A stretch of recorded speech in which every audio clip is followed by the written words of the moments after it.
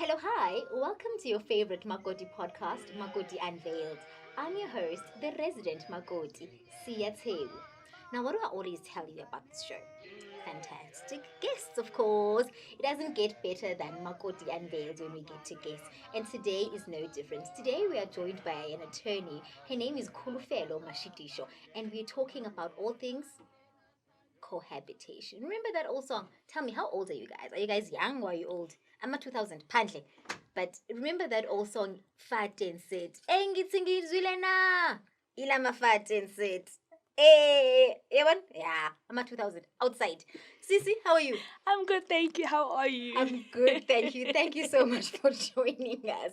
No, I'm a 2000. Must go outside. They mustn't hear these things. So today we're talking about cohabitation and life partnerships. Perfect, yeah. Off air, you mentioned that there has to be a contract. We can't just say me and you are in love and we're just gonna live together. So you look at life partnerships and cohabitation as two different Okay. contracts, Okay. right?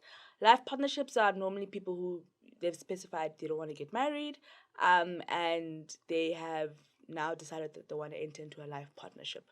It's also very normal in relationships where the person's from abroad and currently here now in South Africa, then they meet someone. Then they decide, okay, we're going to get into a life partnership agreement because they can get what they call a life partnership visa. But that's another. We'll get there, right? Cohabitation agreement, on the other hand, is two people who are living together. They haven't decided if they don't want to get married or if they do want to get married, but they're just staying together. So those are completely two different agreements. So you can't give a life partnership agreement to someone who's cohabiting. They need to specifically come to you and say, Sisi, I want to cohabitate. Can you assist us to do a cohabitation agreement? Then you draft that agreement. Or they say, we're in a life partnership. We've decided we're not going to get married. Then what you do is you draft a life partnership agreement, which is completely different from a cohabitation agreement. Okay. We love the internet, ne? It's a wonderful place. We get to learn about new things, but there's also all sorts of lies. Yeah. So can we debunk a few of those? People will tell you, hey, if you've been living together after 6 months, 3 to 6 months, the law recognizes you As a spouse. Ow. Ow. That is Clean definitely it not up for true. us, ma'am. Definitely not true. One thing the law was very specific with. There's case law for this. That specifies that if you're not married, you're not a spouse. You cannot be considered a spouse. You cannot have the rights and responsibilities or the obligations of a spouse. You are just a partner. Full stop. A partner is not a spouse. The only time a person can include you, right, to say reflect, to say, oh, I want this person to benefit from me, should anything happen to me, is through a will. So if you're in a cohabitation agreement, cohabitation situation or a life partnership, then we would encourage you to then get a will. Get a will that specifies and says, if I die, I want my partner or my cohabitation person to inherit like this and this. Okay. For clarity, just for oh my god, I'm always looking out for you, sis. Always. So in a marriage, if people are married, Yes. and one part or one spouse dies, Perfect. automatically, Yes. the state, without a will, if the person does not have a will, automatically, then the state assumes that the spouse will handle the affairs of the deceased. Is that correct? Not necessarily. I mean, anyone can handle the affairs of the deceased. Okay. A brother of the spouse can come. Okay. A sister can come. Yes. As long as you have direct, there's a reason why you have an interest Okay. in the estate. But in terms of benefit, But in terms of benefiting, okay, by default, if Okay. you're married, right, and there is no will, then we go what we call the Interstate Succession Act, right? And in that act, it will specify the ranking of who's going to inherit. And the Okay. first person to inherit is a spouse. a spouse. But if you're cohabiting and you're in a life partnership, you are not a spouse. But you've been together for 17 So, years. but now that's why it was important for us to have a will. So that means now the ranking will start, scratch out spouse 0 because there's no spouse. Number 2, children. If there's children, yes, then the children will inherit. No children, scratch out. Then it goes to parents. So that's where in most cases. And then siblings, still you are Yeah, no, far. you're still down there. Even uncle and aunt, cousins can still inherit, but they're at Before the you. bottom. Listen, before me. So it's very important after you do your cohabitation agreement or a life partnership agreement to do a will. The will is your last will and testament. It's what you've wanted, right? The only thing that the cohabitation agreement and the life partnership agreement does is regulates the relationship during and what happens after. So obviously, you're living together. You guys are, life partnership, hominat. It's great, right? And you're obtaining assets together, right? So these assets are co-owned by the two of you. Now, what must happen to the assets when the relationship ends? When you decide to move out because the relationship is not working as cohabitation partners, what happens to the assets? So that's what is a cohabitation agreement will do. It will assist with regulating what will happen to the assets, what will happen to, for instance, who pays what. The bond. Yes, you're living in a house, you're co-owning it. Who pays what? Do you understand? Groceries. You can make it as intimate as you want. Okay. But that agreement then, what it does is that it solidifies the cohabitation, arrangement that you have with your partner. And then obviously the life partnership one is the same thing. It just solidifies that. And then, should you need a life partnership visa, then the what do they call those people? The ones who do the visas for you? The immigration people. They'll request and require a life partnership agreement to see what exactly does your life partnership look like. Yo.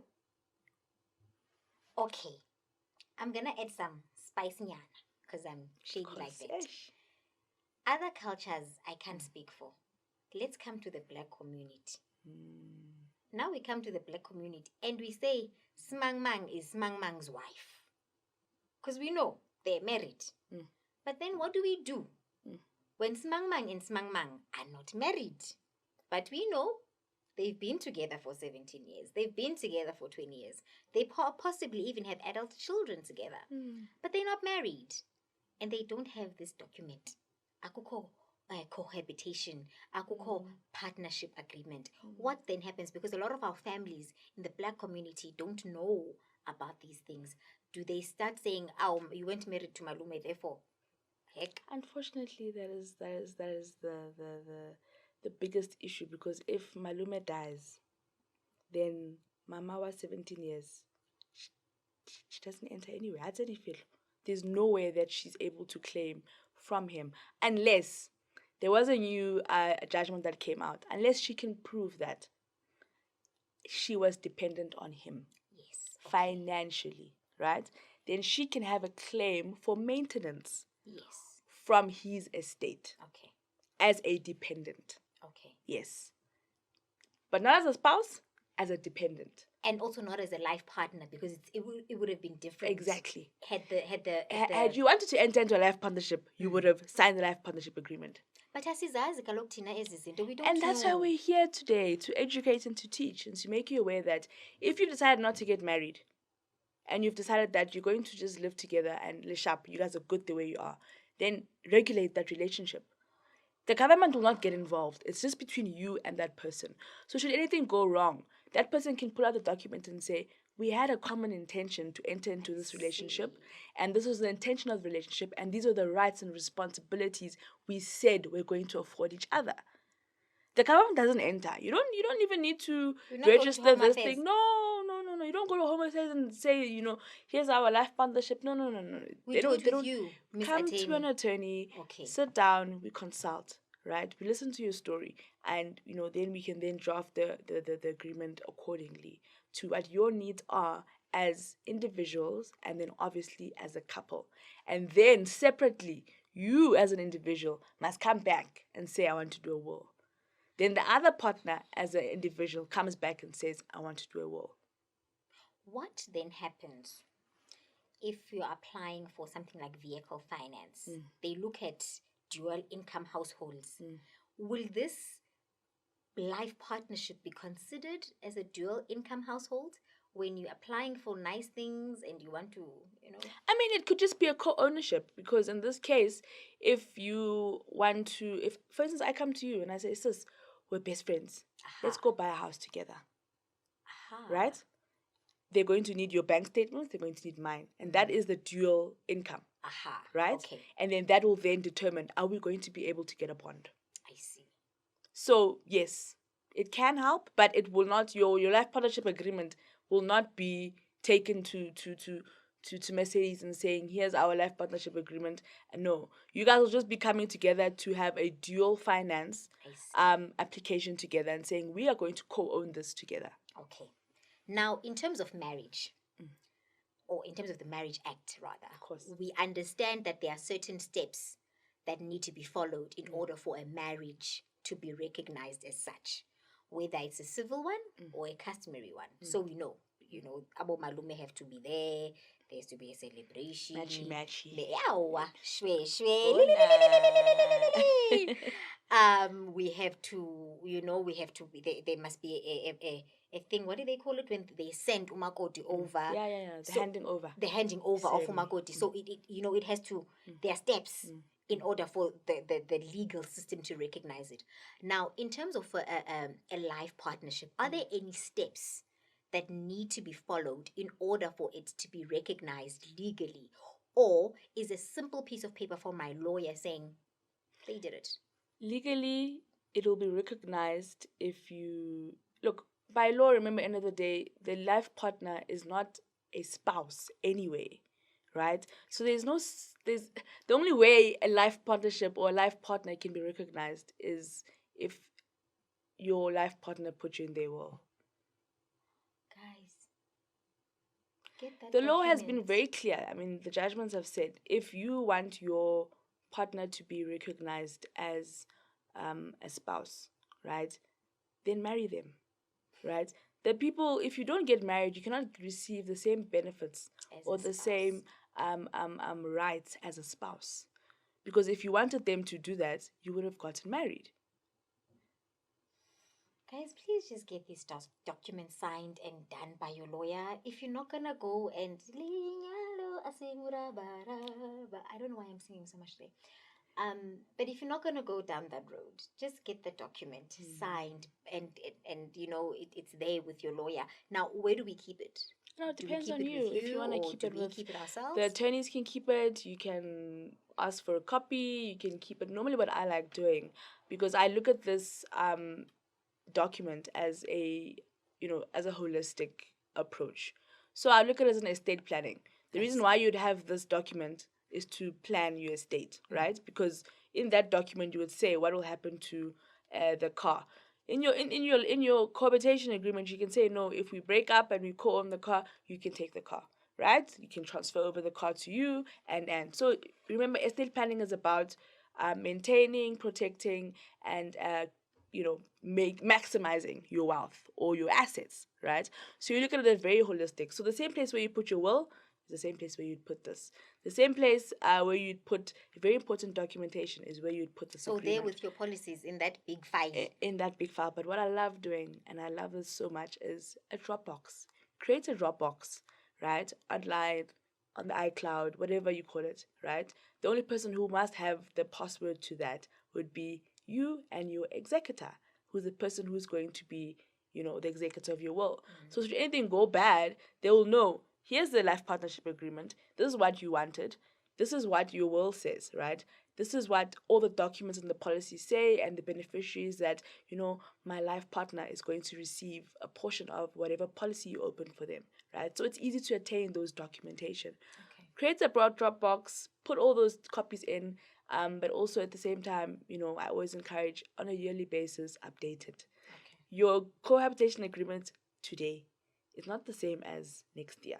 If you have to update it. So does it expire or it doesn't expire? No, it doesn't expire. Okay, it's just that It I don't like expires Thabo when it anymore. terminates. Oh. So when me and Thabo are not together anymore, then in your cohabitation life partnership agreement, we'll always put a termination clause of what happens when it terminates.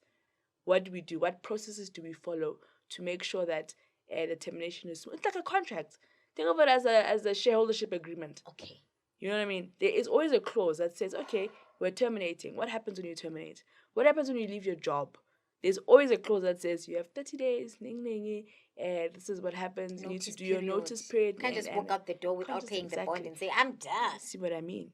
So that we stipulate. You can. It's such a flexible document that you can word it as you want or as it suits the relationship. Now let's throw children in the mix because now we've been talking as though one of these parties have died. But let's pretend that they haven't died. Parents get divorced.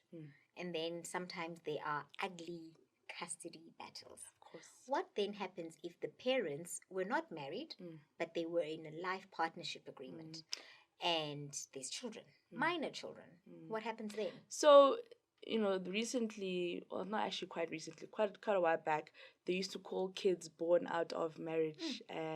They used to have a word for them, wedlock or whatever. But and there were like different rights and responsibilities that they had. As if the others were illegitimate children. That's what they used to call them. Currently, recently, no.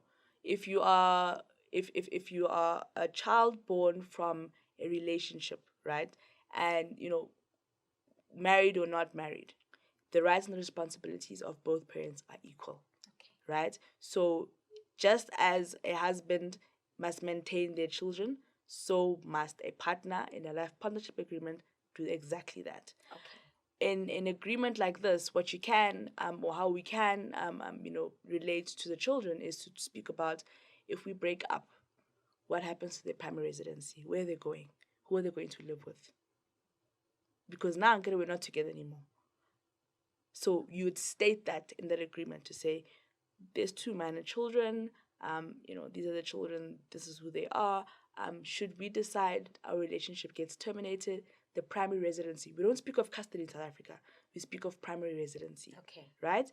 Will go to whoever, mom or dad, depending on what the agreement says and what you guys are both agreeing to. Do you think that sometimes we go into things completely unaware of the implications of what we're doing?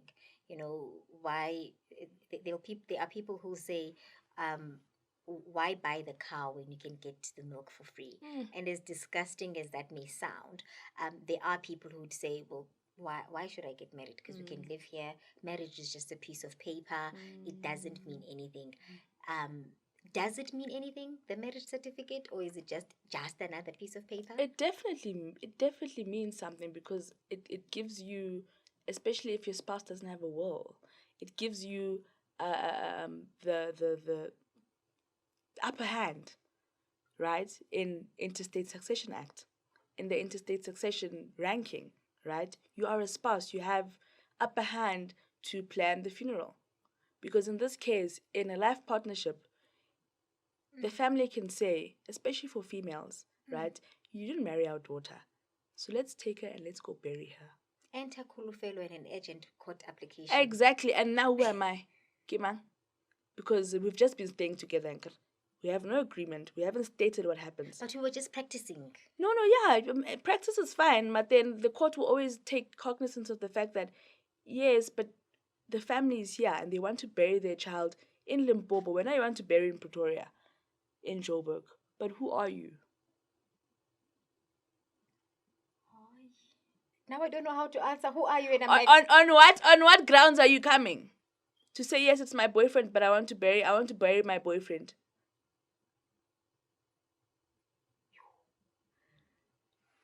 So those are the issues and the problems that come with just entering into a fat and such relationship and then it just going and moving without any I normally say, when that happens, people are sleeping. Wake up.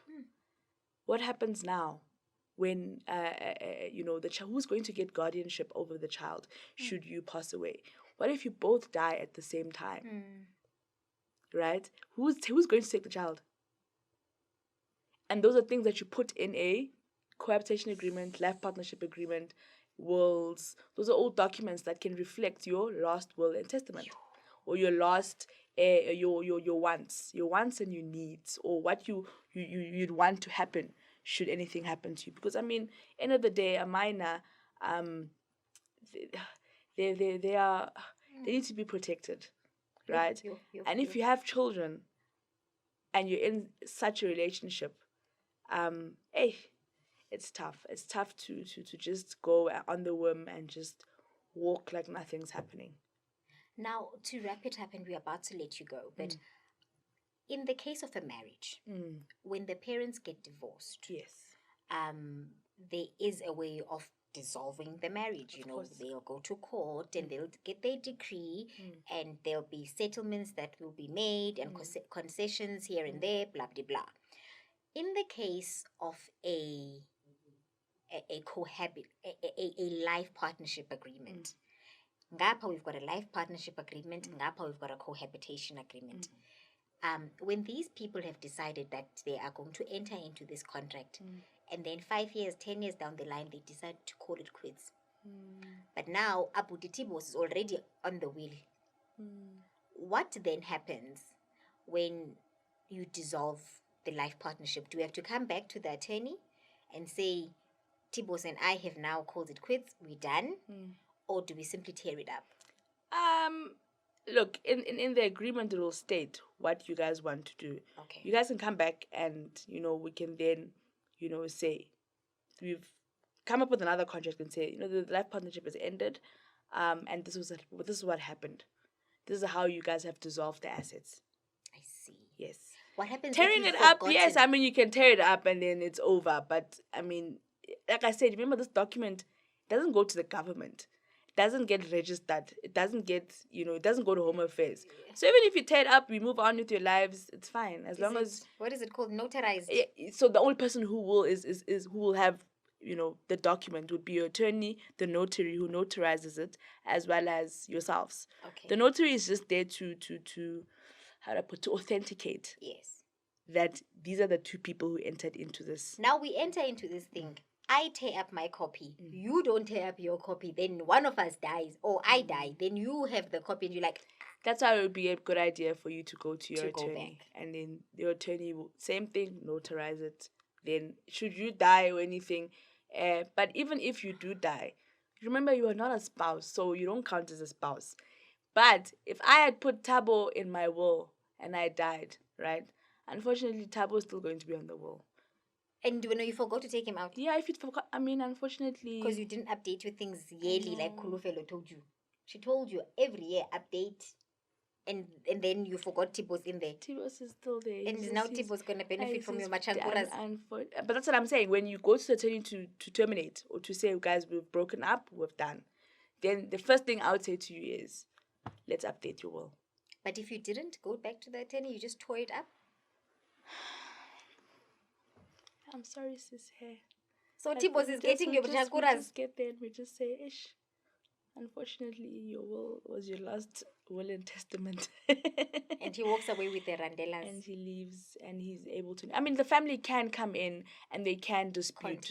They can contest the will, right? So if your family knew that it was over, you had broken up, then the court applications will come. The discretion is on the court to say, okay, this person should actually not be inheriting because X, Y, and Z. Okay. Yes.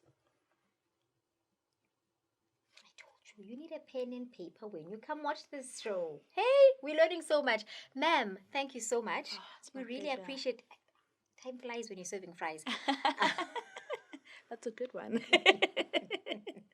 Thank you so much for joining us. We really appreciate it. And guys, please, sign those documents. Please don't be left out in the lurch and left out in the cold. Sign the cohabitation one, sign the life partnership one, and when it does dissolve for whatever reason, go back and make sure it's still done legally. So thank you so much for watching, and until next time, bye bye, Standwa.